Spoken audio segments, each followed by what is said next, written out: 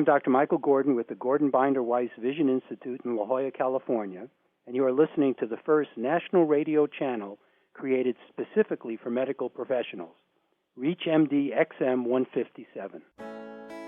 How do you talk to someone who is dying? You are listening to ReachMD XM 157, the channel for medical professionals. Welcome to the Clinicians Roundtable. I'm Susan Dolan, your host, and with me today are Dr. David Feldman and Dr. Andrew Lasher, authors of the new book, The End-of-Life Handbook, a compassionate guide to connecting with and caring for a dying loved one. Dr. Feldman is assistant professor of counseling psychology at Santa Clara University. Dr. Lasher is the director of palliative medicine at California Pacific Medical Center in San Francisco. Dr. Feldman, welcome to the Clinicians Roundtable. Thank you so much for having us. Dr. Lasher, welcome. Thank you. What's it like for two doctors to write a book together? Well, we shared an office, and it's funny how just proximity can end up giving birth to really interesting endeavors like this. I can speak for myself about the personal inspiration that sort of pushed me in the direction and made me at some point approach Andrew and say, let's write a book. And that was quite simply my patients and families. Working as a psychologist in a hospice, what I discovered very quickly is that almost all families have something like, I don't know what to do, to say. Or they say, I never expected to face this. Or I'm feeling totally overwhelmed. I think of one 85-year-old woman who was losing her husband to cancer. And she pulled me aside one day and she said, Dr. Feldman, I never thought this was going to happen to us. And that's so common to hear. And yet think about the absurdity of that an 85-year-old woman would say, I never thought that death would happen to us.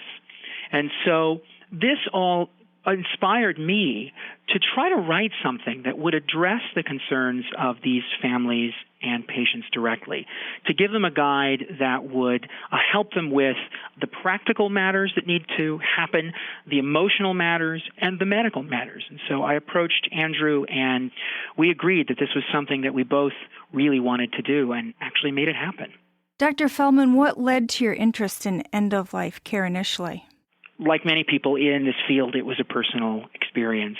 My grandfather, who I was very close to, about 12 years ago, died. He had emphysema, and at one point he said, I don't think he was ever suicidal, but at one point I remember distinctly, it was very upsetting to me, him saying, what's the point in going on? I'm in such distress, I'm in such suffering, I'm in such pain. Why continue? And at some point, the family made the decision to transition him to hospice. And he was able to be at home. He was still in bed. He was still on oxygen. He was still debilitated.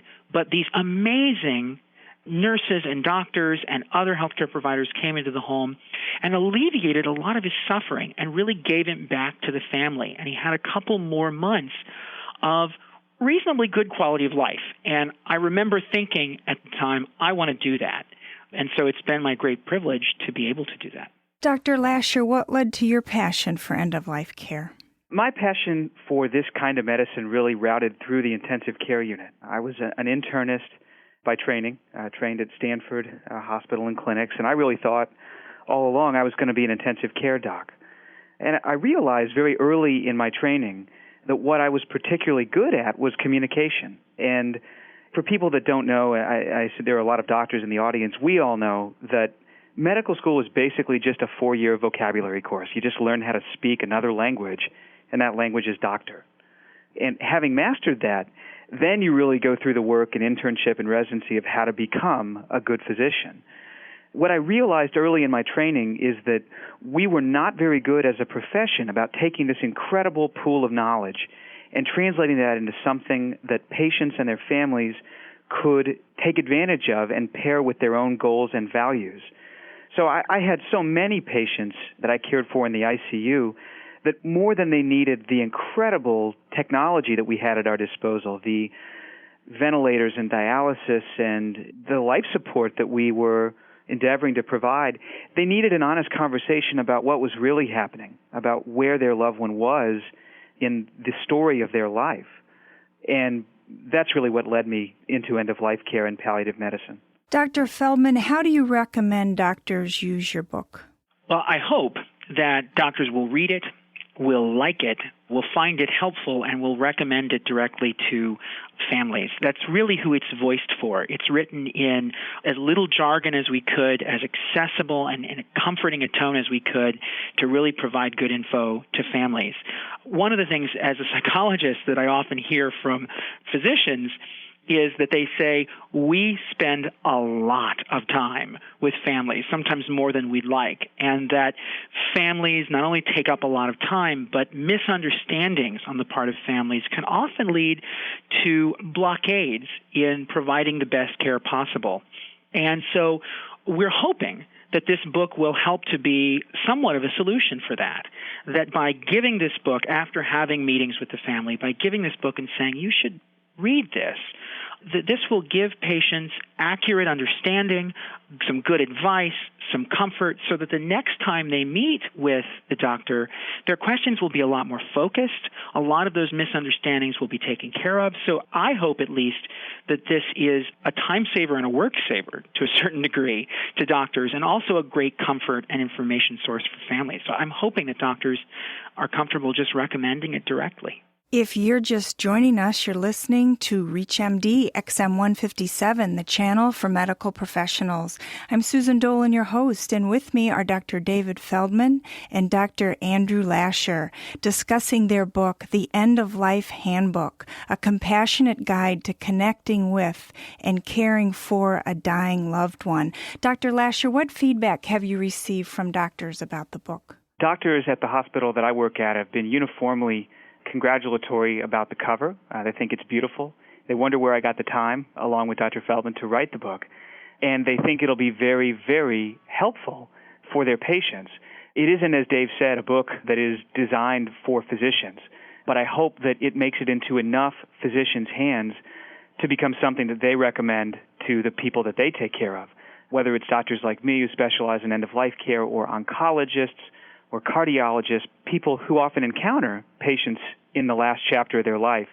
That's what we're hoping happens. And the feedback has been uniformly positive, and I'm grateful for that. Where did you find the time? Well, you'll have to ask my wife.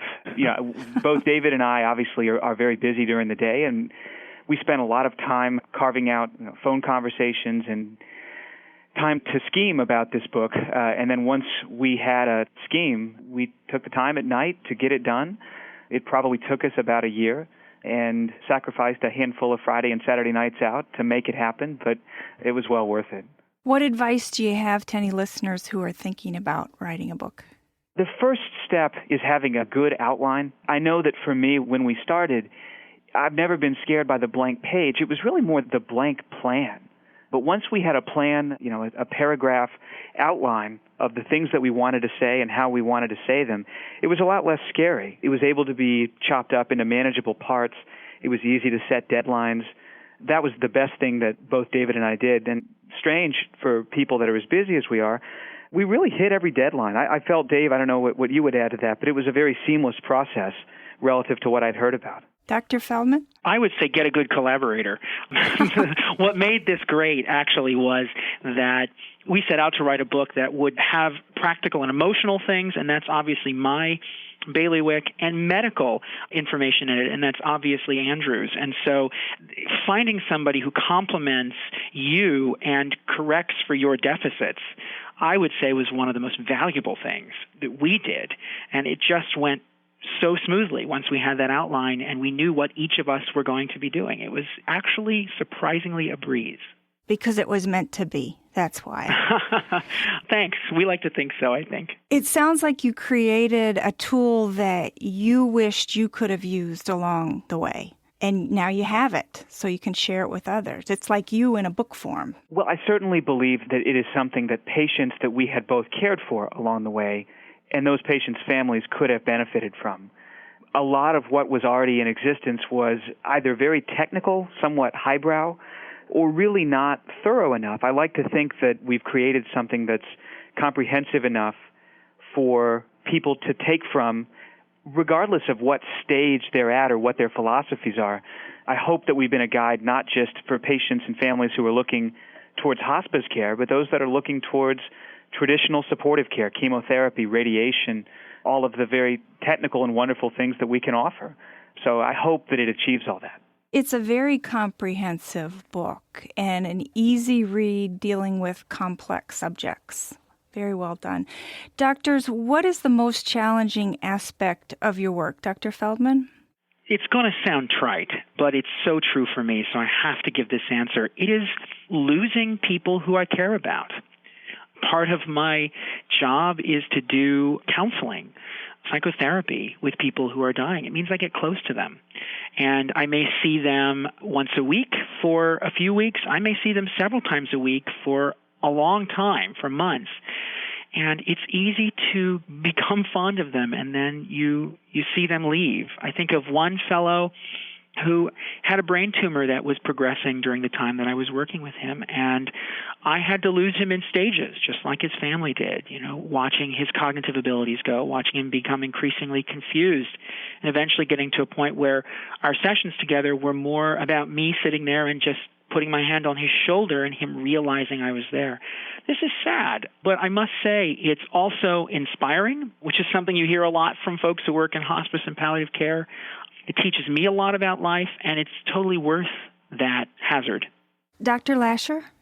I'll take less of the high road that David did. I don't want to sound too confessional, but the most challenging aspect of the work for me in the trenches in the hospital is dealing with families who are suffering from very raw, difficult emotions. It's hard for that not to rub off. People and their families who are terminally ill don't always behave in a way that's rational. I think most of the physicians in the audience and non-physicians can understand that and may have even experienced that.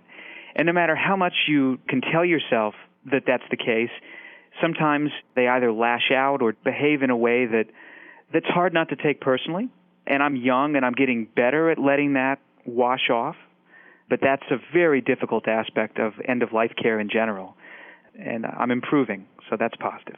Dr. Feldman and Dr. Lasher, thank you so much for joining us to discuss your book, The End-of-Life Handbook, a compassionate guide to connecting with and caring for a dying loved one. Our pleasure. Thank you so much. Thank you for having us. I'm Susan Dolan. You've been listening to the Clinicians Roundtable on ReachMD XM 157, the channel for medical professionals. We welcome your comments and questions at reachmd.com, which now features on-demand podcasts of the ReachMD library. Thank you for listening.